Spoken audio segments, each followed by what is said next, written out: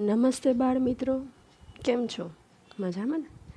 આજે આપણે પ્રકરણ 11 વિજ્ઞાન વિષયની અંદર જેમાં બળ અને દબાણ વિશે આગળ ચર્ચા કરીશું.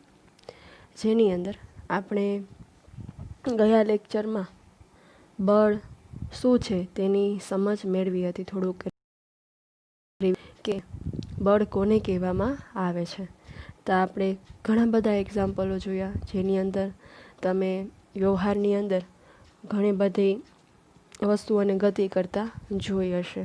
તો જ્યારે કોઈ પદાર્થ ગતિ કરે છે તો તેની રીતે તે ગતિ કરતું નથી, પરંતુ તેના ઉપર કાં તો તમારે ધક્કો મારવો પડશે અથવા તો ખેંચાણ લગાડવું પડશે.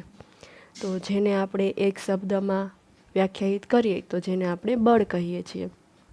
તો આવી રીતે બળની વ્યાખ્યા તો કે પદાર્થ પરની જે અસરના લીધે પદાર્થની ગતિની અવસ્થામાં અથવા તો તેના આકારમાં કોઈ બદલાવ થઈ શકતો હોય તો તેને છે બળ કહેવામાં આવે છે.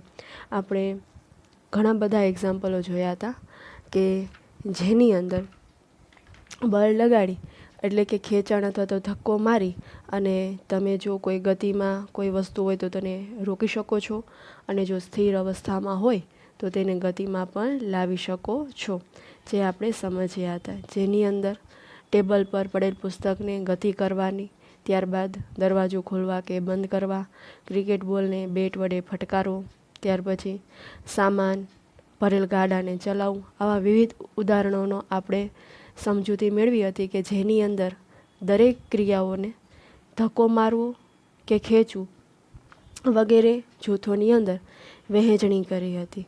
જેને આપણે એક શબ્દમાં કહીએ તો કે બળ એટલે શું, બીજી રીતે કહીએ તો કે કોઈ પણ પદાર્થને ધક્કો મારવો અથવા તો ખેંચવું તો તેને બળ કહેવામાં આવે છે. ત્યારબાદ બળો બે પદાર્થો વચ્ચેની આંતરક્રિયા વિશે અભ્યાસ કર્યો હતો.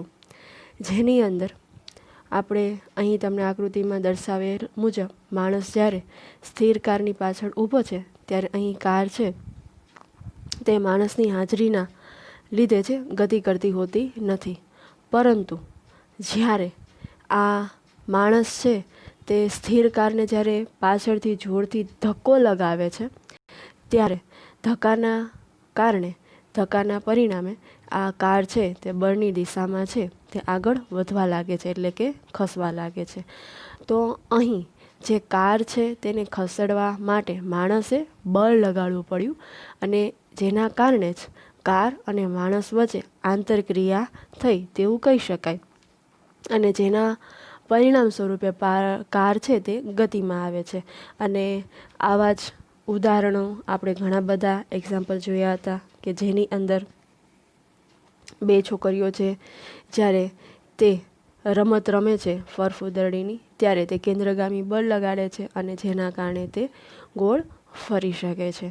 અને ત્યારબાદ આજે આપણે બળની શરૂઆત વિશે આગળ અભ્યાસ કરીશું. જેની અંદર આપણે જોઈશું કે બળની દિશા અને અથવા તો કઈ છે, કઈ જગ્યાએ બળ છે તેની ગતિની અવસ્થામાં વધારો કે ઘટાડો કરી શકે છે, ક્યારે બળ દ્વારા છે તે ગતિની અવસ્થા બદલાઈ શકે છે વગેરેનો અભ્યાસ આજે આપણે કરીશું. અહીં તમને એક ઉદાહરણ આપેલું છે પ્રવૃત્તિ 11.2 કે જેની અંદર બે વિદ્યાર્થીઓ છે કે જે એક સરખા એક બોક્સને ધક્કો મારે છે. તો તમે પણ આ પ્રવૃત્તિ ઘરે કરી શકો છો તમારા ભાઈ બહેન સાથે અથવા તો મિત્ર સાથે. આકૃતિ એમાં દર્શાવ્યા મુજબ જ્યારે બે મિત્રો એક બોક્સને ધક્કો મારે છે તો તે સહેલાઈથી બોક્સ છે તે બળ લગાડવાના કારણે ગતિ કરવા લાગે છે. તો આ ગતિની દિશા છે તે બળની લાગ્યાની દિશામાં જ હશે, પરંતુ જ્યારે બી આકૃતિ એની અંદર તમે જોવો છો તો આ જ બે મિત્રો આ બોક્સને છે વિરોધ દિશાની અંદર એટલે કે સામસામે ધક્કો મારે છે. તો શું બોક્સ ખસશે? તો કે ના, કેમ કે બે બાજુથી સમાન બળ લાગે છે. જો એકાદ મિત્રનું બળ વધી જશે તો તેની દિશામાં તે છે બોક્સ ગતિ કરશે. પરંતુ જો સમાન માત્રાની અંદર જો વિરુદ્ધ દિશામાં જો બળ લગાડવામાં આવે તો આ બોક્સ છે ગતિ કરતું નથી.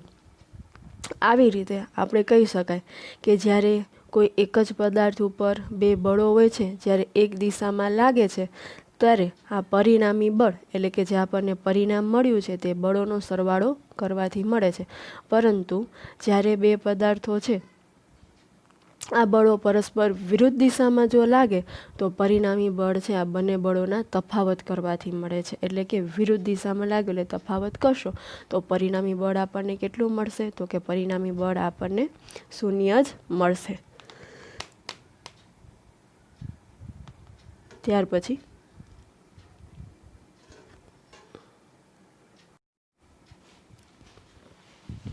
તમે આવી અનેક રમતો રમી અને આ પ્રવૃત્તિઓ કરી શકો છો. અહીં તમને બીજી એક પ્રવૃત્તિ આપેલી છે. આમ વધારે ઉદાહરણો દ્વારા આપણે ઊંડાણપૂર્વક સમજ મેળવીએ કે ક્યારેક તમે દોરડા ખેંચી રમત છે તમે પોતે શાળાએ રમ્યા પણ હશો અને તમે જોઈ પણ હશે કે જેની અંદર રમતમાં બે ટીમ દોરડાને છે તે વિરુદ્ધ દિશામાં એકબીજાને ખેંચે છે અને આ બંને ટીમના સભ્યો છે દોરડાને પોતપોતાની તરફ છે તે ખેંચવાનો પ્રયત્ન કરતા હોય છે કે જે તમે અહીં આકૃતિની અંદર જોઈ શકો છો કે જેમાં બંને ટીમ છે તે દોરડાને સમાન બળથી ખેંચે છે અને દોરડું ખસતું હોતું નથી. તો ઘણી વખત આવી રીતે જો બંને ટીમ સાઈડથી જો સરખા પ્રમાણમાં બળ લગાડવામાં આવે વિરુદ્ધ દિશાની અંદર તો દોરડું ખસતું હોતું નથી. પરંતુ કઈ ટીમ જીતે છે તેનું તમે અનુમાન લગાવી શકો છો કે આ દર્શાવેલી પરિસ્થિતિ છે જેવું જ નથી લાગતું? તો કે હા, તમે છે લગાવી શકો છો કે જે ટીમ છે તે વધારે જોરથી દોરડું ખેંચશે તો જ્યાં વધારે બળ લગાડવામાં આવશે તો તે અંતે તે ટીમ છે તે જીતી જશે. આવું તમે અવારનવાર રમ્યા પણ હશો અને તમે જોયું પણ હશે. તો આ ઉદાહરણ પરથી આપણને બળના પ્રકાર વિશે શું સમજૂતી મળે છે કે જ્યારે પદાર્થ છે તે એક જ દિશામાં લગાડેલા બળો હોય છે તેઓ એકબીજામાં ઉમેરાઈ જતા હોય છે. ત્યારબાદ આકૃતિ પ્રવૃત્તિ 11.2ની અંદર કે તમે તમારા મિત્ર વડે જ્યારે એક જ દિશામાં ધક્કો મારો છો ત્યારે શું થાય છે? તો એક જ દિશામાં જ્યારે તમે ધક્કો મારો છો ત્યારે આ બંને બળોનો સરવાળો કરવાથી આ બળના કારણે બોક્સ છે તે આગળ ખસે છે. ત્યારબાદ દોરડાની રમતમાં જો બંને ટીમો છે તે દોરડાને સમાન બળથી ખેંચે ત્યારે દોરડું પણ તે દિશામાં ખેંચાતું હોતું નથી. તો આ ઉપરથી આપણે શું શીખ્યા? તો એ શીખ્યા કે બળ છે બીજા કરતાં વધારે કે ઓછું હોઈ શકે છે.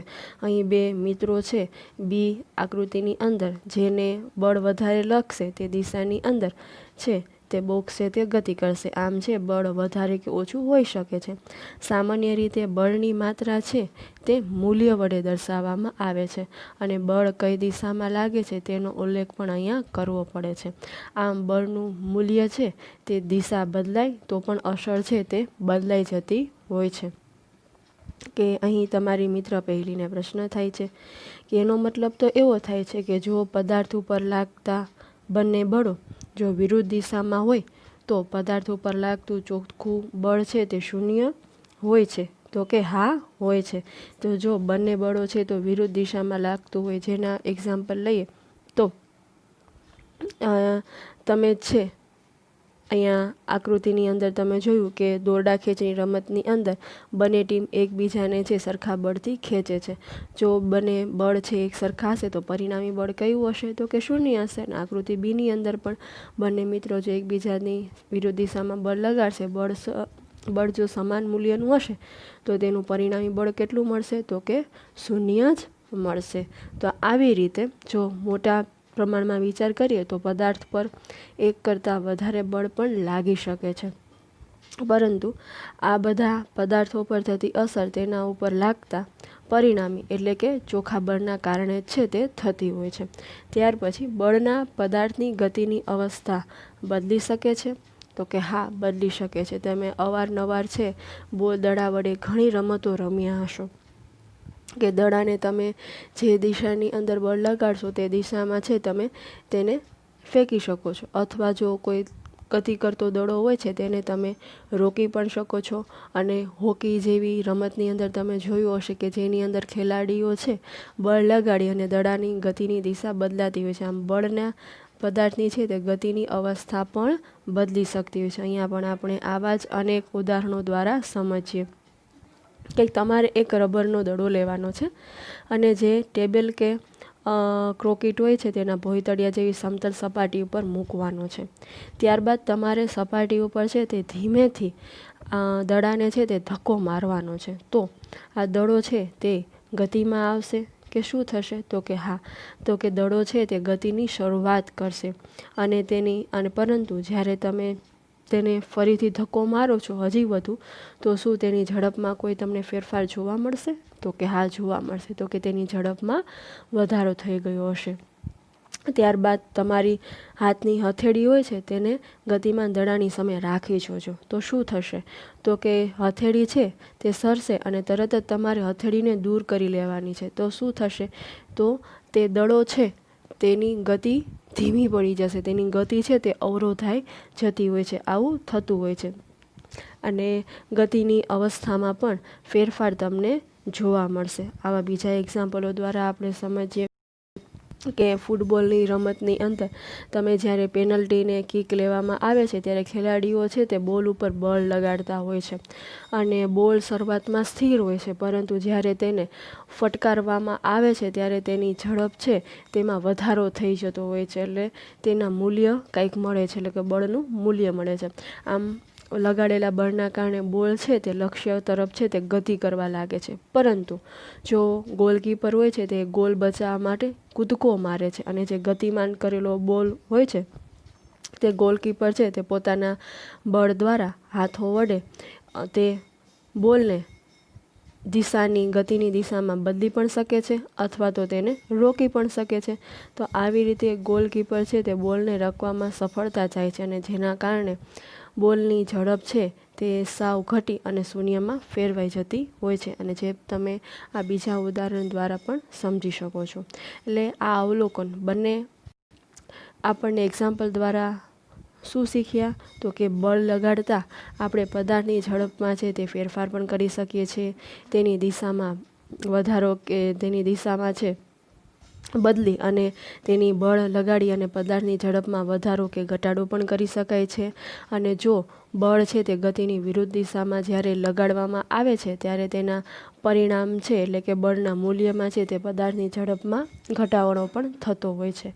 તો આવી જ રીતે અહીં તમે ઘણી વખત અત્યારે વેકેશનમાં તો નવરાશના સમયમાં તમે આવી રમતો પણ રમતા હશો કે કોઈ છે એકબીજા સાથે રબરના ટાયરને કે કોઈ રિંગને ધક્કો મારે છે અને ઝડપથી ચલાવવાની સ્પર્ધા કરતા તમે જોયા હશે. તો હવે અહીં બુજો છે સમજાઈ ગયું છે. તમને પણ સમજાઈ ગયું હશે કે ધક્કો દેવાથી ટાયરની ઝડપ છે શા માટે વધે છે. કેમ કે તે ટાયરને છે તે બળ લગાડવામાં આવે છે. એટલે છોકરો છે તે જે દિશામાં ટાયરને બળ લગાડશે તેમ જ ટાયર છે તે ઝડપથી અને વધારે વારંવાર ધક્કો લગાડવામાં આવશે તો એટલી ઝડપથી તે ટાયર છે તે ગતિ કરવા લાગશે. આવી જ રીતે આપણે હજી એક ઉદાહરણ દ્વારા સમજીએ કે જેની અંદર ગતિની અવસ્થા છે શું બદલી શકાય છે તેના વિશે સમજ મેળવીએ.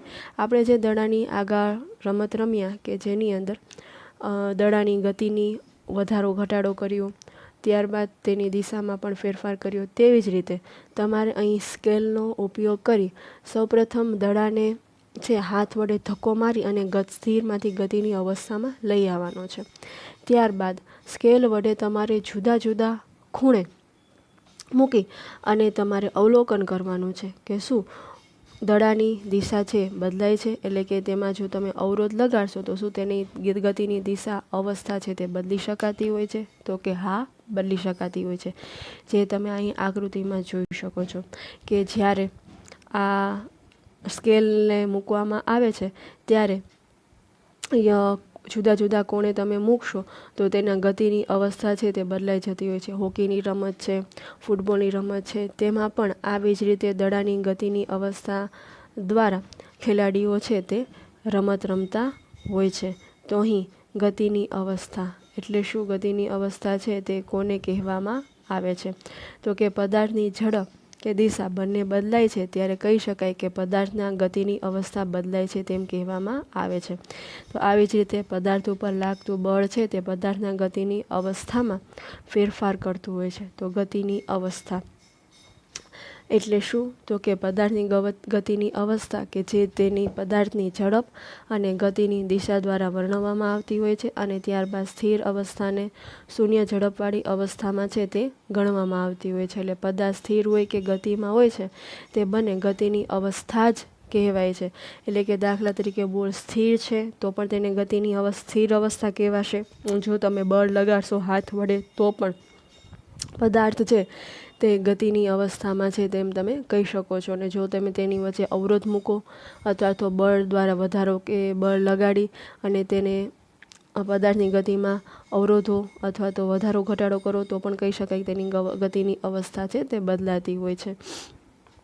તો શું આનો મતલબ એમ થયો કે બળ હંમેશા પદાર્થના ગતિની અવસ્થામાં ફેરફાર કરશે? તો કે હા, એવું જ થાય છે કે બળ હંમેશા પદાર્થની ગતિની અવસ્થામાં છે તે ફેરફાર કરી શકે છે. સ્થિર હોય તો ગતિમાં આવી શકે છે અને જો કોઈ પદાર્થ ગતિમાં હશે તો તેને સ્થિર કરી શકાય છે અથવા તો તેની દિશા બદલાતી હોય છે. સામાન્ય રીતે તમે આવા ઘણા બધા અનુભવ કર્યા હશે કે જેમાં બળ લગાડવાના કારણે પદાર્થની ગતિની અવસ્થા બદલાતી હોતી નથી. અને આવા ઉદાહરણો તમે ઘરે પણ કરી શકો છો કે દિવાલ હોય છે તેના ઉપર તમે બળ લગાડશો, ગમે તેટલું બળ લગાડશો તો પણ દિવાલ ખસશે નહીં ખસે, કારણ કે તમારું બળ છે ત્યાં ઓછું પડે છે. આવી રીતે જો કોઈ તમારાથી ભારે વસ્તુ હોય છે, ભારે બોક્સ હોય છે તો તમે ઉપાડી શકતા જો ગમે તેટલું પણ બળ લગાડવામાં આવે તો પણ તમે તેને અવસ્થામાં છે તે બદલી શકતા નથી. આવી રીતે જો કોઈ પદાર્થનું દળ વધારે હોય અને એની સરખામણીએ જો બળ ઓછું હોય છે તો ત્યાં બળ લગાડવા છતાં પણ પદાર્થની ગતિની અવસ્થા બદલાઈ શકતી હોતી નથી, જે તમે આ વિવિધ ઉદાહરણો દ્વારા સમજી ગયા હશો. ત્યારબાદ આવતા લેક્ચરની અંદર આપણે બળ પદાર્થોનો આકાર કેવી રીતે બદલી શકે છે તેના વિશે આગળ અભ્યાસ કરીશું.